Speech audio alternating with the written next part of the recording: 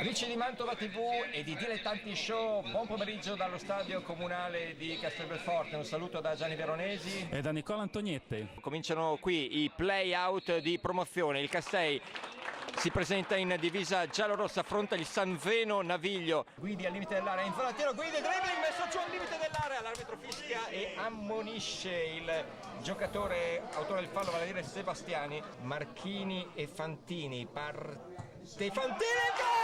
Il gol, il Castei in vantaggio al 20°, una micidiale sassata di Marco Fantini. Forse era proprio quello che ci voleva per il Castei per sbloccarsi finalmente.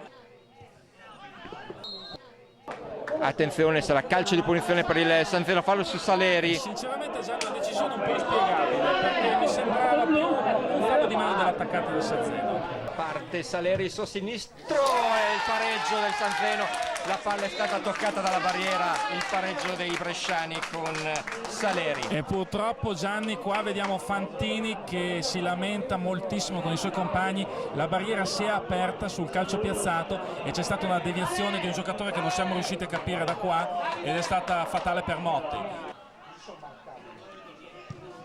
Pallone dentro, il gol del Castei!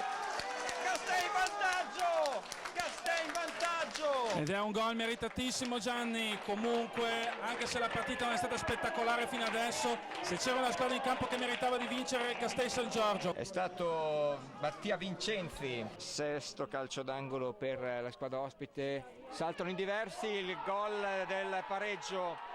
Il gol del pareggio di Arrighini. Che beffa per il Castei, pieno recupero. Arrighini sotto la nostra postazione.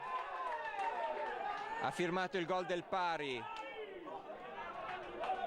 Arrighini. E siamo di nuovo in parità, 2-2. E l'arbitro dice che può bastare così. Il primo round termina 2-2 tra Castei e San Veno.